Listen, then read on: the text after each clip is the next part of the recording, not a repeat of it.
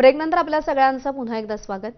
आंतरराष्ट्रीय ख्यातीचे शिल्पकार राम सुतार यांचं वृद्धापकाळानं निधन झालंय। वयाच्या 101व्या वर्षी त्यांनी अखेरचा श्वास घेतलाय। राम सुतारांनी जगभर 200हून अधिक शिल्प बनवली आहेत। दिल्लीमध्ये संसद भवनाच्या प्रांगणात राम सुतार यांनी 16 शिल्प बनवली आहेत। राम सुतार यांना पद्मश्री, महाराष्ट्र भूषण सारख्या पुरस्कारांनी गौरवान्वित करण्यात आले।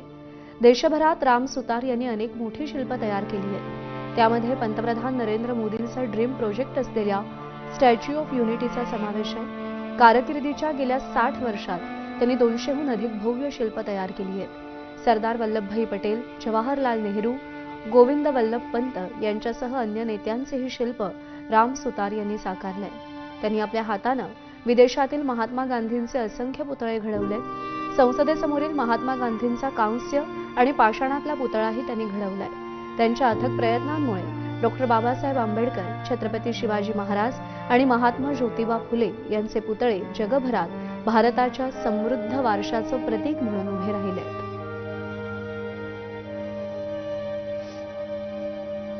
दरम्यान राम सुतार यांनी साकारलेली काही ठळक शिल्प आपण पाहूया। नर्मदा तीरी सरदार पटेल यांचा पुतळा त्यांनी साकारलेला आहे। संसद भवनातला महात्मा गांधीजींचा पुतळा, बंगळुरूतला केंपेगौडांचा पुतळा, चंबळ नदीचं स्मारक राम सुतार यांनी साकारलेलं आहे। मुरुदेश्वर मधील भगवान शिवाची मूर्तीही राम सुतार यांनी साकारली आहे। वीरअभय अंजनेय हनुमान स्वामींचा पुतळा राम सुतार यांनी साकारलाय।